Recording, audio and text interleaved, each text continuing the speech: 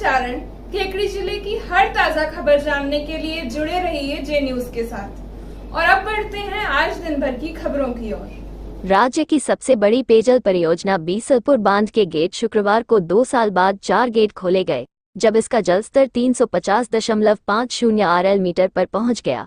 सुबह 7 बजे बांध के गेट खोलने के साथ ही प्रशासन ने बांध के डाउनस्ट्रीम में स्थित 54 गांवों में अलर्ट जारी कर दिया। इससे पहले गुरुवार रात को सायरन बजाकर गांव वालों को सतर्क किया गया था। जल संसाधन मंत्री सुरेश रावत, पूर्व मंत्री प्रभुलाल सैनी, टोंक जिला कलेक्टर सौम्या झा और अन्य वरिष्ठ अधिकारियों की मौजूदगी में स्काडा सिस्टम के जरिए बांध के 8, 9, 10 और 11 नंबर गेट खोलकर 36,060 क्यूसेक पानी की निकासी शुरू की गई। गेट नंबर 8 व 11 को 1-1 मीटर और गेट नंबर 9 व 10 को 2-2 मीटर खोलकर पानी की निकासी की जा रही है। इस अवसर पर विधिवत पूजा अर्चना के बाद गेट खोले गए। बांध का कैचमेंट एरिया त्रिवेणी, खारी और डाई नदियों से लगातार पानी की आवक के कारण लबालब हो गया है।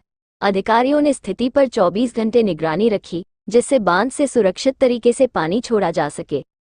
बीसलपुर बांध के गेट इससे पहले 2022 में खोले गए थे।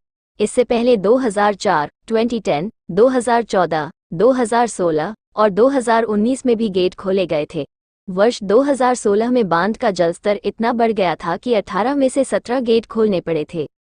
आपको बता दें कि बांध का पानी बनास नदी के जरिए चंबल नदी में मिलकर अंततः गंगा नदी तक पहुंचता है, जिससे जल संसाधनों का वितरण होता है। बीसलपुर बांध से हर साल हजारों हेक्टेयर भूमि पर सिंचाई की जाती है।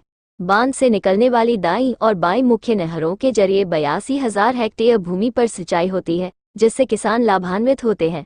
इस साल भी किसानों के लिए पर्याप्त पानी उपलब्ध होगा। गेट खोलने से पहले सायरन बजाया गया, जिसकी आवाज करीब 5 किलोमीटर तक सुनाई दी। इस कदम का उद्देश्य बनास नदी में काम कर रहे लोगों और मवेशियों को सुरक्षित स्थान पर भेजना था।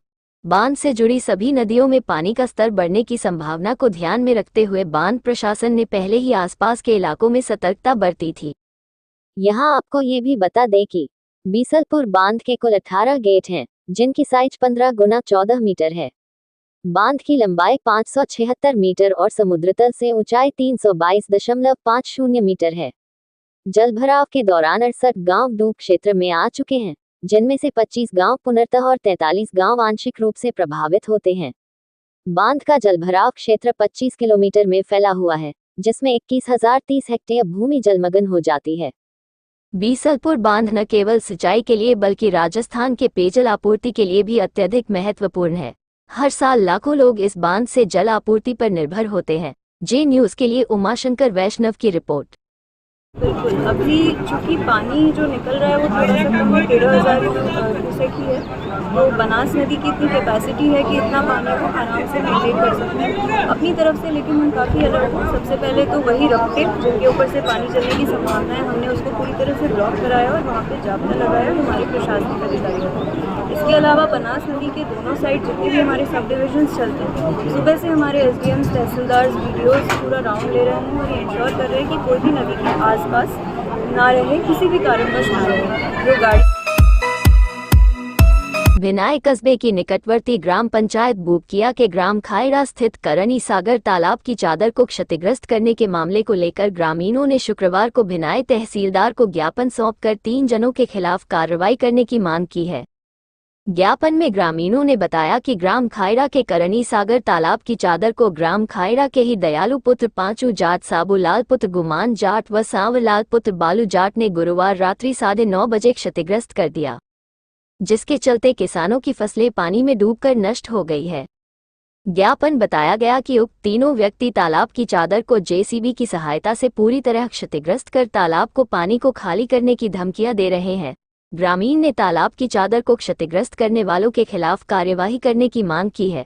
ज्ञापन देने वालों में महावीर कुम्हार, गजराज जांगिर, महादेव, हिमराज भील, रामधन जाट, कालूराम भील, नाथू बेरवा, छगना हरी जाट, महेंद्र कुमार भील, अंबा भील, पोलू भील, कैलाश भील, रामलाल सहित कई ग्रामीण शामिल थे। जे न्यूज के लिए अनिल साहू की रिपोर्ट। राजस्थान राजस्व मंत्रालय कर्मचारी संघ के आह्वान पर कर्मचारियों ने जिलाध्यक्ष हरगोविंद सिंह राठौड़ के नेतृत्व में जिला कलेक्टर केकड़ी को ज्ञापन सौंपा और कार्य का बहिष्कार किया।